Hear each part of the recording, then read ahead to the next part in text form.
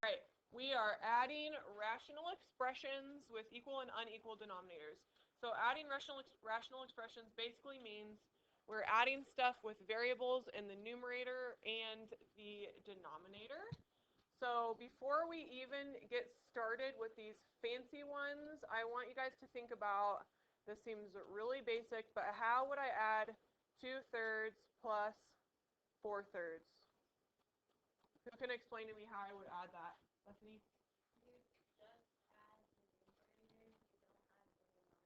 Yes, I just add the numerators because I have this thing on the bottom that we call a common denominator. So I have the same thing in the denominator of both of them, so I can just add the top numbers. So I'm going to get 6/3. That one ends up simplifying to 2. Now let's think about another one. What if I wanted to add like 1/5 plus 3/4? What would I have to do on this one? Monica? A common denominator, cool. So what's my common denominator going to be for this one? Yeah, so what would I do to both of these things before I add?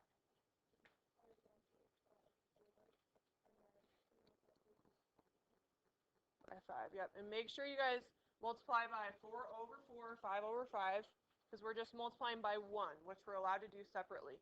So if I did this, then I could rewrite it that I would have 4/20 plus 15/20. Now I have one sort of like this problem up here where everything has the same denominator and I can just add it straight across. So I would get 19/20 there. So I want you guys to keep these in mind when we're doing these rational expressions. Pretty much the same type of thing happens, it just is a little bit more tricky because we have variables. So on this very first example, we have 4m minus 2/3m plus 2 plus 6m minus 4/3m plus 2. So does it look like I have a common denominator here? Yes, I do. So I'm lucky. I can just do like I did this 2/3 plus 4/3. I can add the tops and I can have this common denominator. So if I want to rewrite this, I'm going to have 4m minus 2 plus 6m minus 4, and it's all going to be over this common denominator because I started with the common denominator. So I'm going to have 3m plus 2. So just like when we have regular numbers, we're going to keep that common denominator. We don't add the 3m plus 2 plus 3m plus 2. We keep that common denominator because they have the same one. And then I need to combine like terms on the top. So 4m plus 6m gives me 10m. Negative 2 minus 4 gives me minus 6. And I'm going to put it over 3m plus 2. And that would be my final answer for that one. That one's pretty easy because I already had that common denominator set up. Okay, here's another one. 9/xy cubed plus m minus 7ap minus 2/xy cubed plus m. So thumbs up on the common denominator again. I don't have to worry about that. But I have this tricky negative here.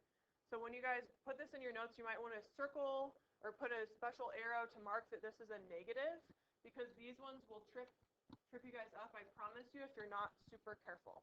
So whenever we have this negative here, this negative actually belongs on each of these pieces. The minus goes to each piece. It's kind of like when you guys are solving and we have minus and then parentheses. We have to distribute that negative. So I have to make sure that I put the negative on this guy and I put the negative on this guy. So if I wanted to rewrite it, I could change this into a plus, make this negative, and make this positive. So if you want to change the negative to a plus, then you have to change the signs on both of these pieces. And now I can just add like I did on the other one because I have my common denominator. So I'm going to have 9 minus 7ap plus 2. So I distributed that negative by making this a positive and changing my signs. And I have it over my common denominator. I have to combine like terms on the top for it to be my final answer. So 9 plus 2 gives me 11. And then I'll have minus 7ap over my common denominator, x, y cubed plus m. So watch out for those tricky negatives. They need to be distributed to both pieces. All right. Now we have unequal denominators. So 3/4 plus 2/b We always have to start by getting a common denominator, just like we would with regular numbers. So on this one, we have a 4 denominator and we have a b denominator. So what do we think the common denominator is going to be? Any ideas? Isaac? 4b, yeah. So it's gonna always be the LCM, the least common multiple. So I have to get something that can be divisible by 4 and b. The lowest thing that's divisible by 4 and b is just 4b. So if my common denominator, is going to be 4b. So what do I have to multiply this first piece by, Bethany? b over b. Yep. Make sure you guys show it multiplying to the top and the bottom, okay? Because we have to multiply by 1 for this to be like a legal algebraic move. What am I going to have to multiply this second piece by, Sophie? Yeah, 4 over 4. So I can rewrite this with my common denominators. I'm going to have 3b over 4b plus my 2 times 4 gives me 8 over 4b. Now I have a common denominator. I can just add them across on the top, sorry. 8 plus 3b over 4b is my final answer. Just like when we have numbers, we just have letters in there now too. All right. X over m cubed plus 1 over c cubed plus a over m to the 4th. So this first term, what do I have to multiply this first term by to get my common denominator to be c cubed m to the 4th? Okay. M to the what? Well, I already have m to the 3rd right here. C cubed, Caleb? C cubed m, yep. C cubed m over c cubed m. So the reason for that is if we multiply this through, we'd get c cubed. This is really m to the 1st. So if we add those exponents, we'd have c cubed m to the 4th on the bottom. This second term just needs the m to the 4th, so we're going to multiply it by m to the 4th over m to the 4th. And this third term needs the c cubed, so I'm going to multiply it by c cubed over c cubed.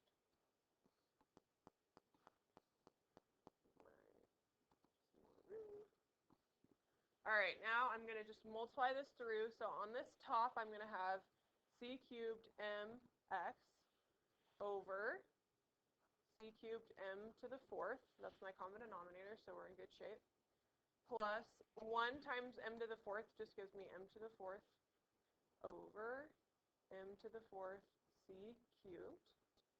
And then finally we have a c cubed over m to the 4th c cubed. Have that common denominator on all my pieces, so I can just go ahead and add across those numerators. I'm going to have c cubed mx plus m to the 4th plus a c cubed all over m to the 4th c cubed. So make sure your final answer is all written in one fraction. Don't give this guy right here as your final answer. Make sure we scrunch it all together. Oops.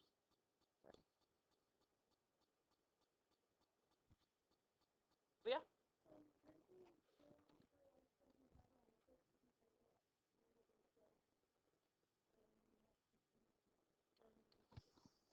C to the 6th and m to the 5th. So you're trying to combine things in that numerator? They're not like terms, though, so be careful there. If we got like terms on the top, then we could combine, but we don't have any like terms there because they would have to have all the same variables with all the same exponents. So don't try and be scrunching stuff together that doesn't actually combine. You have to have the same variable with the same exponents for that to happen. Good question. Any other questions? Everybody good? All right. Few more examples here. 5 over x plus x over b plus a over c. What is my common denominator this time? Sophie? XBC, perfect. Common denominator is going to be XBC. So I'm going to have you guys try this one out. Compare your answer with partner. The common denominator is XBC. This one's already good. This last one doesn't have anything in the denominator, so I definitely have to just multiply it by the entire common denominator. So p cubed over p cubed. If I rewrite this guy, p times m gives me pm. This one is just going to stay the same because I didn't have to multiply this middle term by anything. And then I'm going to have minus 4p cubed. Don't forget about these negatives, those tricky negatives. And I'm going to have it all over p to the third.